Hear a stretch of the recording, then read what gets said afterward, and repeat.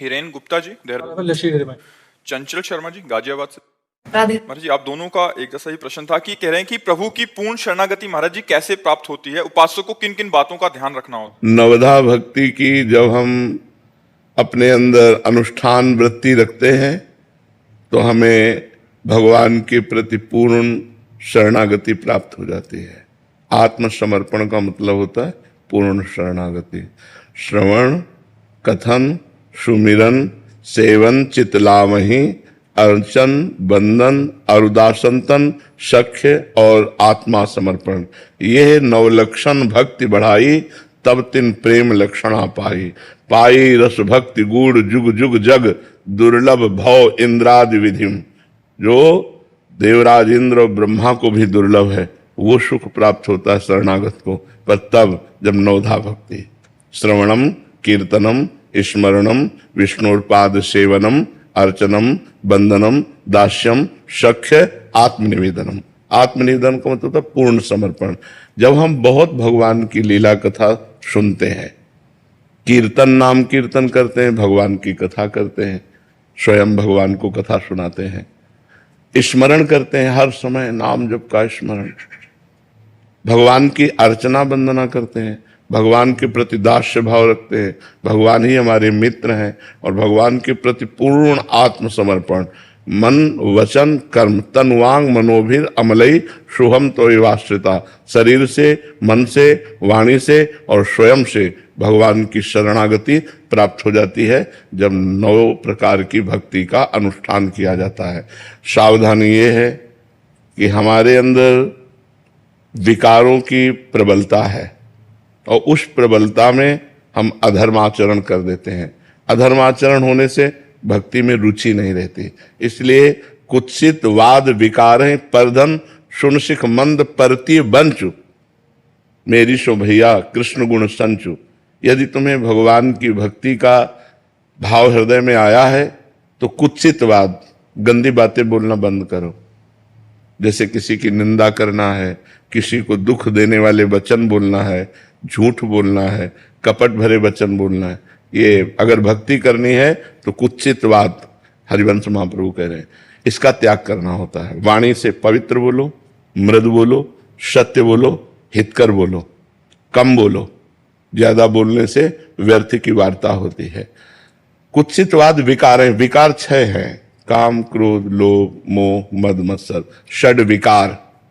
इन 6 विकारों को जीतना होगा भक्ति के मार्ग में। इनको सपोर्ट लेना धर्मयुक्त। जैसे हम गृहस्थ हैं तो हम अपनी पत्नी के प्रति आकर्षण करते हैं, अन्य के प्रति नहीं। तो काम ने आक्रमण किया पर हम भक्ति का पक्ष लेकर, धर्म का पक्ष लेकर बच गए। अगर वही हम किसी पराई माता बहन की तरफ गंदी दृष्टि करेंगे, भक्ति की तो बात जाने दो, घोर अधर्म हो जाएगा। भगवान के मार्ग में चलने में, अध्यात्म में चलने में ये सावधानी रखनी है। हमारे अंदर क्रोध आता है जब अनुकूलता का विरोध होता है। अनुकूलता का जहां हमारे विरोध होता है वहां में हम अपनी अनुकूलता चाहते हैं। अगर हम दूसरे की अनुकूलता चाहने लगे तो क्रोध नहीं आएगा। अपनी अनुकूलता चाहने पे क्रोध आता है जब अपनी कामना में, कामा संजायते क्रोधा, जब हमारी कामना में बाधा पड़ती है तो हम कामना करें ही नहीं। सब में भगवान है, हम सबको सुख प्रदान वाली बात करें, पर ये तभी आएगी जब नाम जप होगा। अगर नाम जप की कमी है तो शुष्क हृदय में ज्ञान टिकता नहीं है, सरस हृदय में ज्ञान टिकता है।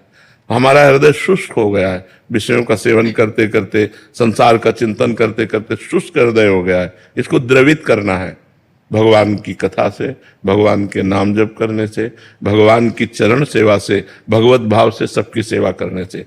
तब हमारे हृदय में भगवान की शरणागति आती है। या कोई घटना प्रकट हो जाए अचानक,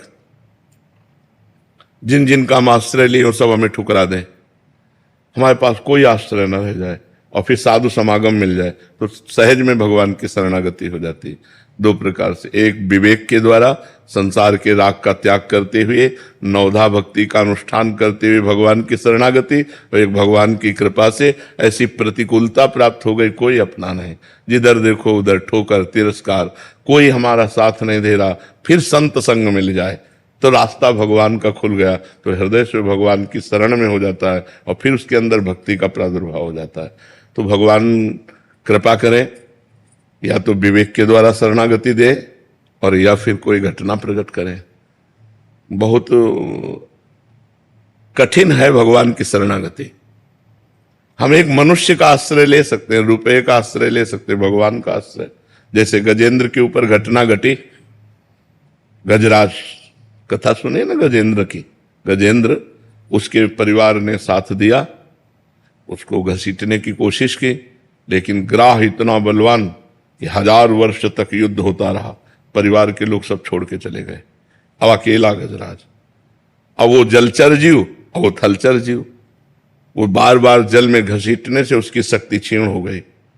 अब उसको कोई जब सहारा नहीं, तो उसने भगवान की याद की, हरि। बस उसी समय भगवान आ गए। शुद्ध शरणागति होते ही भगवत साक्षात्कार हो जाता है। द्रौपदी जी ने जब तक 5 पांडवों का बल रखा, भीष्म आदि सभा का बल रखा, अपनी भुजाओं का बल रखा, अपने दांतों का बल रखा, तब तक भगवान की शरणागति पूर्ण नहीं हुई। और जे ही देखा कि अब दांत से साड़ी चली जाएगी, हे गोविंद, जहां शरणागति हुई भगवान का, उसी समय वस्त्रावतार हो गया। भगवान वस्त्र के रूप में आ गए। तो हमारी शुद्ध शरणागति नवधा भक्ति से, या ऐसी घटना घट जाए कि सब हमें तिरस्कार कर दें, कोई बल, सुनेरी मैंने निर्बल के बल राम। जब हम निर्बल हो गए तो फिर बात बन गई। अपबल तपबल और बाहुबल, चौथो बल है दाम। शूर किशोर कृपाते सब बल, हारे को हरि नाम। हार गए, कोई हमारा नहीं, तो भगवान की शरणागति हो गई। या विवेक के द्वारा हम शरणागति प्राप्त करें। समझ रहे हैं आप?